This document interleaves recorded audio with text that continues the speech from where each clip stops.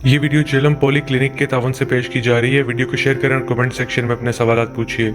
ज़ियाबतीस के मुकामिल जदीद और बेहतरीन इलाज के लिए हमसे रब्ता करें। शुक्रिया। बिस्मिल्लाहिर्रहमानिर्रहीम। मैं डॉक्टर खालिद सईद अख्तर अपनी टीम के हमरा आज ज़ियाबतीस से कंसर्न एक बहुत ही अहम टॉपिक पे बात करने वाले हैं। मेरा ख्याल है कि हम अपनी प्रैक्टिस में सबसे ज़्यादा जो मरीज़ देखते हैं वो इस बीमारी और इससे मिलती जुलती जो शिकायत हैं उसके साथ मरीज़ आते हैं, यानी कि गुर्दे की बीमारी। तो आज हम तफसीलन आपसे बात करेंगे। प्लीज़ ये बहुत ही ज़रूरी लेक्चर है, वीडियो है, सब शुगर के मरीज़ों के लिए और उनकी फैमिली के लिए। तो मेरी आप सबसे रिक्वेस्ट होगी कि इस वीडियो को आप गौर से सुने, बल्कि बार बार सुने, और इसमें जो काम के पॉइंट्स हैं उनको नोट कर लें और अपने जानने वाले और जो भी आपके शुगर के मरीज़ हैं उन तक इसको पहुँचाएं। तो हम शुरू यूँ करते हैं कि गुर्दे इंसानी जिस्म में बहुत अहम रोल अदा करते हैं। अल्लाह ताला ने गुर्दों का जो फंक्शन है वो इस तरह से रखा हुआ है कि हमारे जिस्म के अंदर जितनी भी हम खुराक लेते हैं या जो भी हम खाते पीते हैं उसके दो हिस्से बनते हैं। एक वो हिस्सा कि जो हमारा जिस्म एनर्जी के लिए या अपनी ज़रूरियात के लिए रख लेता है, और जो फासद मादे होते हैं या नुकसानदेह मादे होते हैं जो रिजेक्ट कर देता है आपका जिस्म, जिसकी उसको ज़रूरत नहीं होती है, तो वो आपके यूरिन के पेशाब के ज़रिए फ़िल्टर होकर तो किडनी से चले जाते हैं। यानी किडनी आपका फ़िल्ट्रेशन प्लांट है। जितने भी छोटे मोटे नुकसानदेह मादे हैं, या आप यूँ कह लें कि जितने भी कोई, आप कहते हैं कि जब फ़िल्ट्रेशन प्लांट का मतलब होता है कि किसी भी जरासीम को फ़िल्टर से गुजरने नहीं देता, तो इसी तरह किसी भी उस चीज़ को कि जो बॉडी के लिए नुकसानदेह है वो गुर्दा वहाँ पे बॉडी में जिसमें में रुकने नहीं देता, उसको निकाल देता है। आप इससे अंदाज़ा लगा लें कि 150 लीटर के लगभग खून जो है वो गुर्दों में 24 घंटे में से गुजरता है। यानी इससे अंदाज़ा होगा कि गुर्दे की फ़िल्ट्रेशन कितनी काम करती है, और वो 24 घंटे करती रहती है।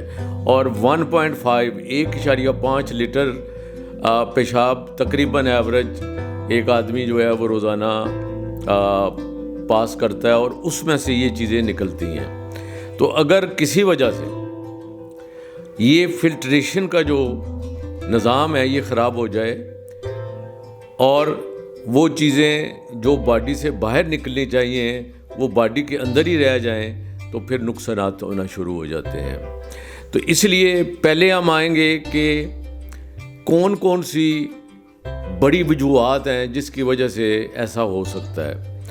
पहली चीज़ जो सबसे कॉमन है, जो हमने प्रैक्टिस में देखी है, वो है शुगर और डायबिटीज़।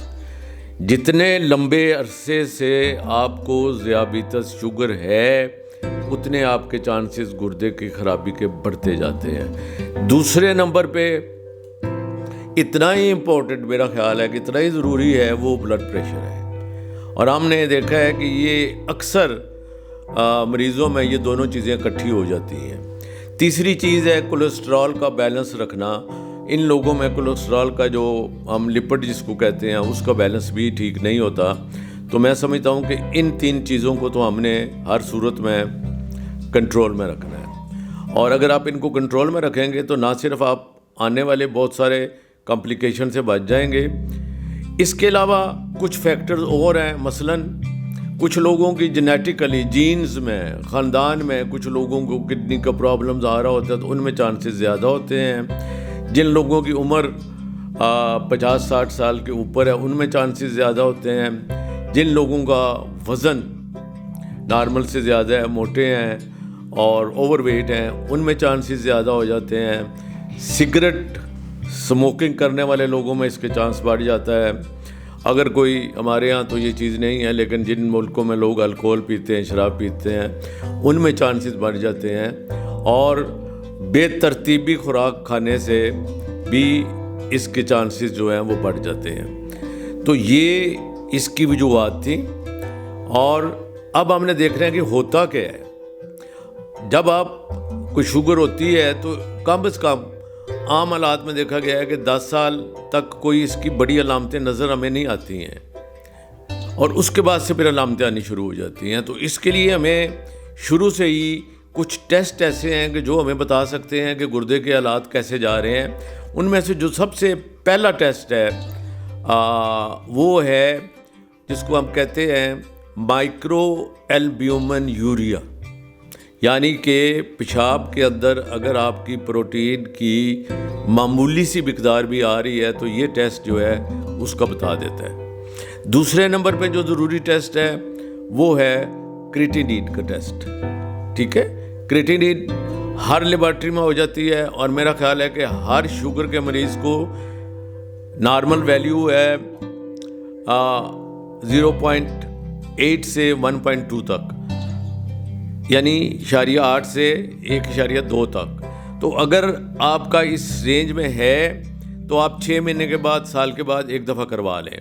लेकिन अगर आपका इसमें तो कुछ बढ़ना शुरू हो जाता है तो फिर आपको अपनी डॉक्टर की मर्ज़ी के मुताबिक इसको बार बार चेक करवाना पड़ता है। मैं इसलिए इस पर ज़ोर दे रहा हूँ कि इसकी जो स्टेजेस हैं वो अब एक टेस्ट वो करते हैं क्रिएटिनिन से जिसको हम GFR कहते हैं। तो GFR जो है वो किडनी की पोजीशन को बताता है। इसी तरह क्रिएटिनिन का लेवल आपकी किडनी की पोजीशन को बताता है। नॉर्मली 90 से ऊपर 90 तक जो अगर आपका GFR है तो आप नॉर्मल हालत में हैं। 60 में पहली स्टेज है, अगर आपका 90 से नीचे 60 के दरमियान आ जाता है, फिर 45 और 60 के दरमियान आ जाता है तो ये अगली स्टेज है, फिर अगर 45 से 30 पे आ जाता है तो ये अगली स्टेज है, और अगर ये 15 के करीब आ जाता है तो ये इंतहाई ख़तरनाक सूरत हाल है। तो मरीज़ को हम चाहेंगे कि वो इस स्टेज तक ना पहुँचे, क्योंकि फिर इसका हल या डायलिसिस है या अल्लाह ना करे रीनल ट्रांसप्लांट है। तो हमारी कोशिश होगी कि हम इस लेवल पे कम रहे, और यही हाल आपका क्रिएटिनिन का है। अगर क्रिएटिनिन आपकी 2 तक है तो आपका ख़तरा जो है वो तकरीबन 60-70%। इसका मतलब है कि आपको किडनी की हिफाजत अब पहले की निस्बत ज़्यादा करनी चाहिए। जो क्रिएटिनिन बढ़ता जाएगा आपकी लेवल बढ़ता जाएगा, और क्रिएटिनिन से ही आप GFR नापते हैं।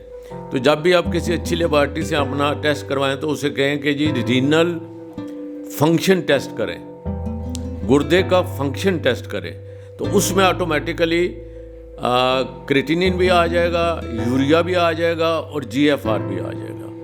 तो एक दफ़ा आपको अपनी किडनी की पोजीशन पता चल जाए तो फिर आप